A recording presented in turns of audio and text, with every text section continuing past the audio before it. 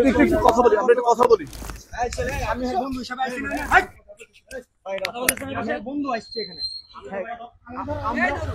যেহেতু আমরা একটু কথা বলি, এটা কি ভিজিটিং কার্ড? দেখছিলেন আসলে গণমাধ্যমকে আসলে যে যেহেতু আমরা একটু কথা বলি। বাংলাদেশ প্রতিদিন রিপোর্টার। এটা কি ভিজিটিং কার্ড? কিন্তু এখন পর্যন্ত আমরা কাউকে এই কলেজের সামনে দেখছি না। তবে আমরা যেটি দেখছিলাম যে আহত হয়েছে তাকে কিন্তু এই মুহূর্তে কিন্তু তাকে এই যে আমরা যদি বলি যে তাকে কিন্তু উপরে তাকেই দেখানোর চেষ্টা করি যে মূলত কেন আহত হয়েছে। আমরা দেখছি যে ভিতরে কিন্তু সেই আহত শিক্ষার্থীকে কিন্তু নিয়ে যাওয়া হচ্ছে। তবে কেন তিনি আহত হলেন, কিভাবে আহত হলেন সেটি কিন্তু এখন বড় প্রশ্ন হয়ে দাঁড়িয়েছে। সেটি কিন্তু আমরা আপনাদের যদি একটু বলি যে মূলত ভাই একটু কিভাবে আহত হয়েছে সেটা কি বাংলাদেশ প্রতিদিন রিপোর্টার। একটু কথা বলি, আমরা একটু কথা বলি।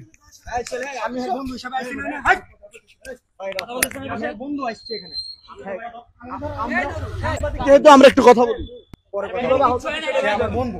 আপনার বন্ধু ঠিক আছে,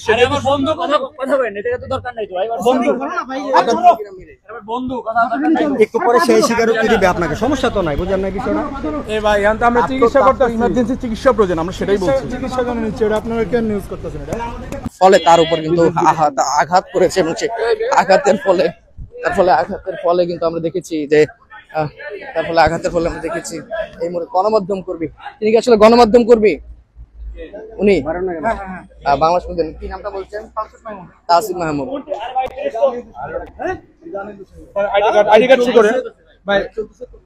ভাই লাইভ এই যে এই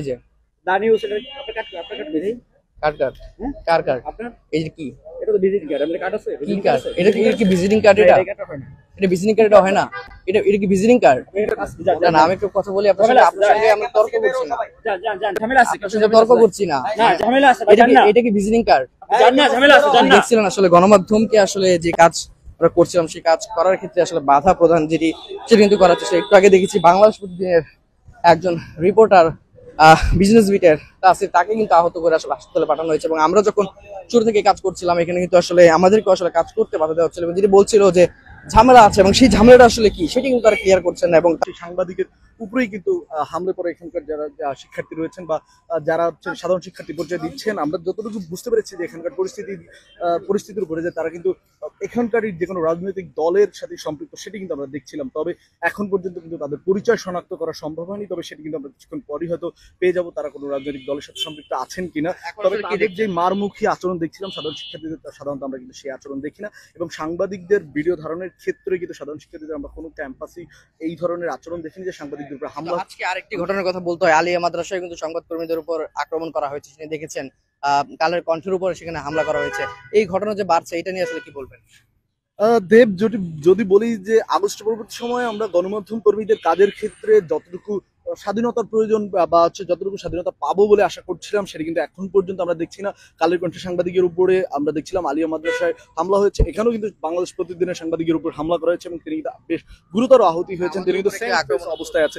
ইভেন আমরা যখন ভিতরে যাচ্ছিলাম প্রথম তো আমাদের ভিতরে প্রবেশ করতে দিচ্ছিলেন না, তারপরে কিন্তু বলছিলেন যে সমস্যা আছে। তবে সমস্যা কি আছে সেটি কিন্তু এখন বড় প্রশ্ন হয়ে দাঁড়ায় যে একটি কলেজের মধ্যে সাংবাদিকরা যখন প্রবেশ করে উত্তেজনাকর পরিস্থিতি থাকে, সেই পরিস্থিতিতে কি ধরনের সমস্যা থাকতে পারে, তাদের কোনো সমস্যা আছে কিনা, নাকি এটি কোনো রাজনৈতিক কোন্দল। আমরা যদি বলি যে বর্তমান সময় সবচেয়ে ক্রিয়াশীল রাজনৈতিক দল কিন্তু ছাত্র শিবির এবং বাংলাদেশ জাতীয়তাবাদী ছাত্র দল।